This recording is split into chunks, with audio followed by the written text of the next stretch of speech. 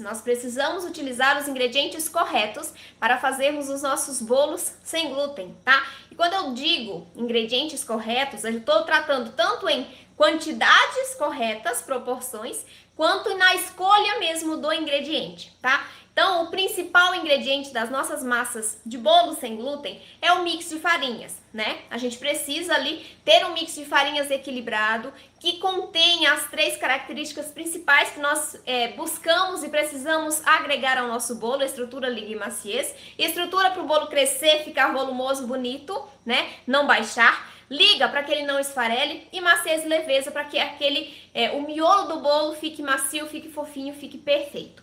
Então, você precisa de um mix de farinhas equilibrado. E aí, nós temos, né, dentro da nossa panificação, dentro da nossa confeitaria sem glúten, diversos tipos de farinhas. E esses tipos de farinhas, eles são distribuídos nesses 3 principais grupos. Nós temos um subgrupo também, que eu não vou tratar aqui, né, de todos esses grupos, especificamente de cada farinha, mas tenha consciência de que você tem 3 principais grupos, e esses 3 principais têm que estar no seu mix de farinhas para fazer um bolo perfeito, tá? Você precisa agregar estrutura na quantidade suficiente, mais que liga e maciez, você precisa agregar liga, e você precisa agregar maciez e leveza, tá bom?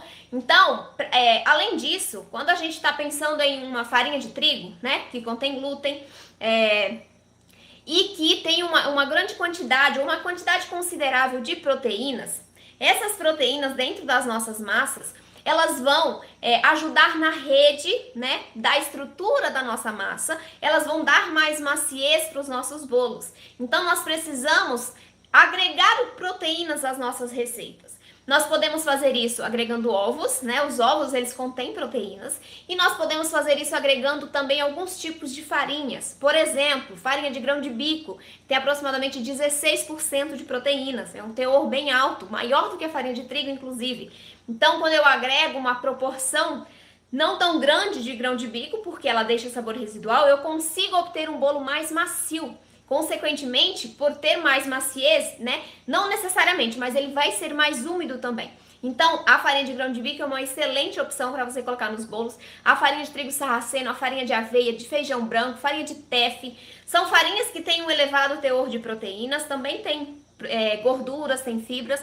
Então, elas agregam maciez e agregam umidade para as nossas massas. Então, sempre que você puder, você pode agregar uma pequena parte dessas outras farinhas junto à farinha de arroz, por exemplo, que é uma farinha de estrutura, né? Por que eu digo uma pequena parte? Porque todas essas farinhas, com exceção da de arroz, deixam sabor residual na massa. Então, se você substitui 100 gramas de farinha de arroz por 100 gramas de farinha de grão de bico, você vai ter um sabor acentuado do grão de bico na sua massa de bolo. Então, não é interessante, né? Porque a massa de bolo ela é mais delicada, né? Ela tem um sabor característico. Então, quando a gente agrega uma grande quantidade de farinha de grão de bico, por exemplo, a gente sente o sabor forte do grão de bico e nem sempre isso é interessante para a massa. Então, agregue uma pequena proporção. Exemplo, se na sua massa vão 100 gramas de farinha de arroz, você pode agregar aí uns 20, 30 gramas de farinha de grão de bico, tá? Eu inclusive, indico no máximo 30 gramas, porque ela já vai deixar um saborzinho, tá? Na sua massa, ela tem um sabor bem acentuado. Bom, mas essas farinhas são ótimas, então você pode sim misturar ali junto com os demais tipos de farinhas do seu mix, junto com a outra farinha de estrutura, que é a farinha de grão de bico, né? Todas essas que eu citei são farinhas de estrutura. E aí, para farinhas de liga, nós temos polvilho doce, araruta, né? Farinha de chia, de linhaça. A gente consegue trabalhar com esses outros tipos de farinhas também dentro da nossa massa de bolo.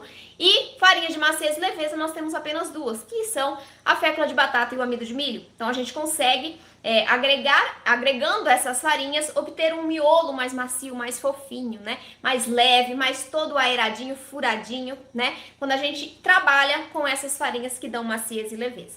Então, o mix equilibrado, ele é essencial para que o seu bolo fique perfeito.